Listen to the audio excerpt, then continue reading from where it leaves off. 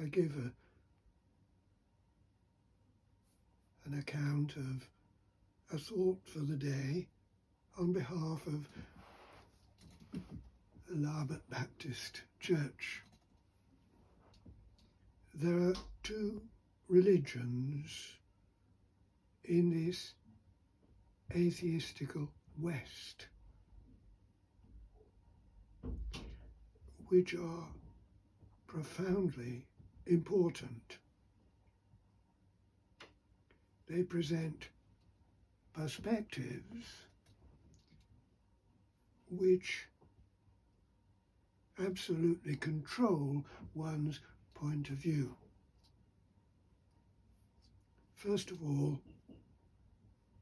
speaking generally, the religions of the world,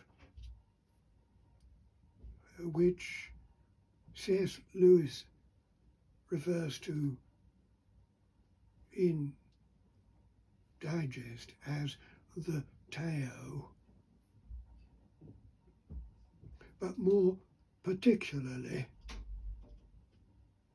the religion that stems from Judaism and is Christianity.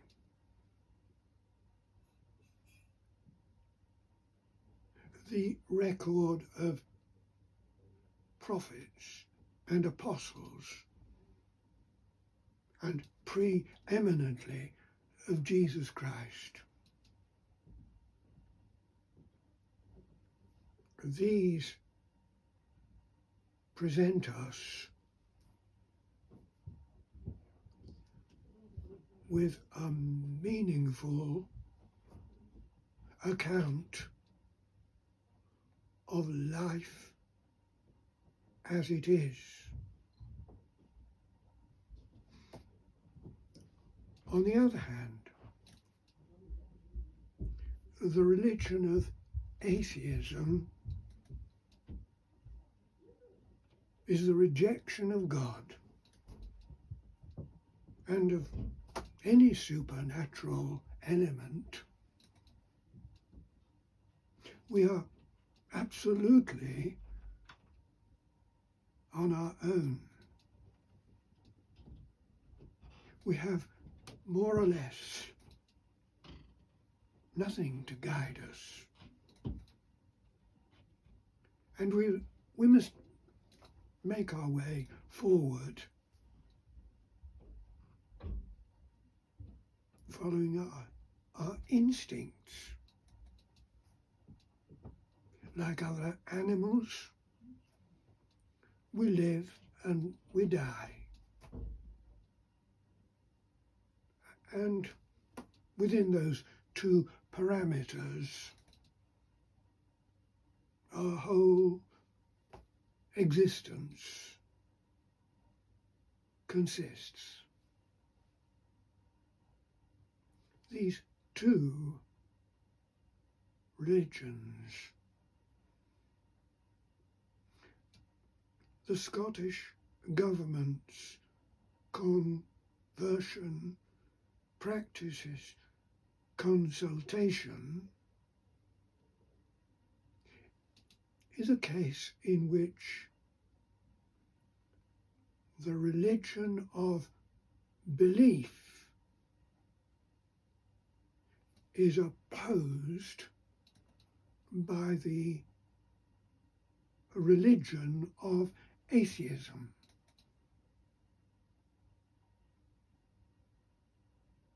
Let me say immediately that cruelty and oppression, rightly, justly defined, are always to be opposed. And the law is absolutely resolved in this matter. But the religion of prophets, apostles, and of Christ is clear. It's specific in all our behaviour. Whereas the religion of atheism, following instincts, is casual. And the two are impossible to reconcile. Religious belief is one thing,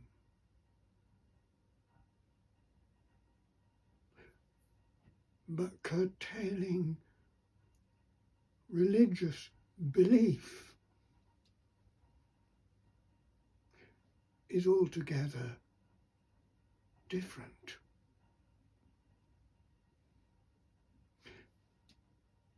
To impose fines and imprisonment upon perfectly innocent people is unjust. It is the work of a tyrannical authority. It is disastrous. For example, to impose non-direct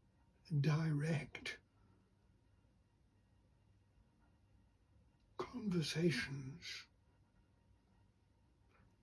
with one's own children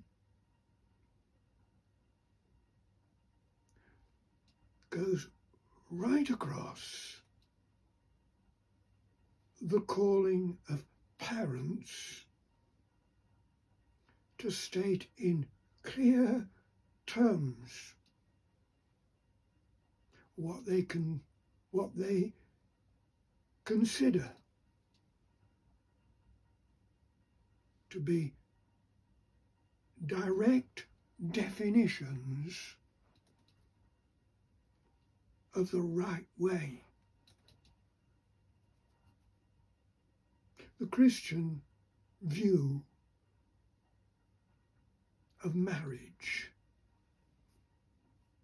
is operating within an environment in which the new law is governed by self's desire and, of course, not by the law, the order, the recognized restraints of God. The government puts parents at risk of prosecution for trying to guide their children in the path that they believe will be best for them. Those who support the bill desire police action against the work of churches because they are hostile to beliefs held by the churches. regarding sexual ethics.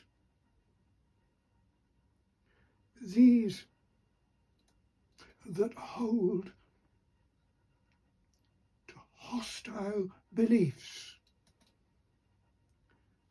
seek to impose LGBT theologies on the churches. Repentance from sin is a basic part of Christian belief, and the insistent voice of conscience is proof of it. It is impossible to quell the voice of conscience, and therefore such a thing as a conversion therapy law would criminalize the innocent. And to what effect? Multitudes of laws defending self's instinctive freedom, and within that freedom the tyranny and oppressiveness of no God, no Lord, no guide, not anything but self, and eventually drained of its resources, exhausted in its tired efforts, and with that voice of conscience ever louder and louder, the awful judgment pervades the soul. It is all of this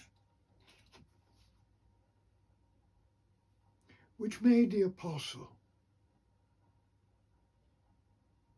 say, I am not ashamed of the gospel, for it is the power of God for the salvation of everyone who believes.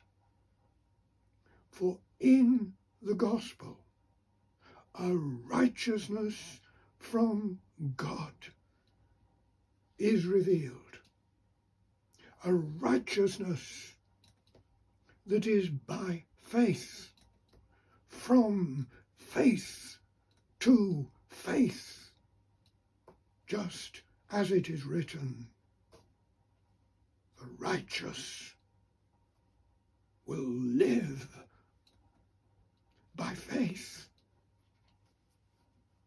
This gospel is sound in its basis. It is explicit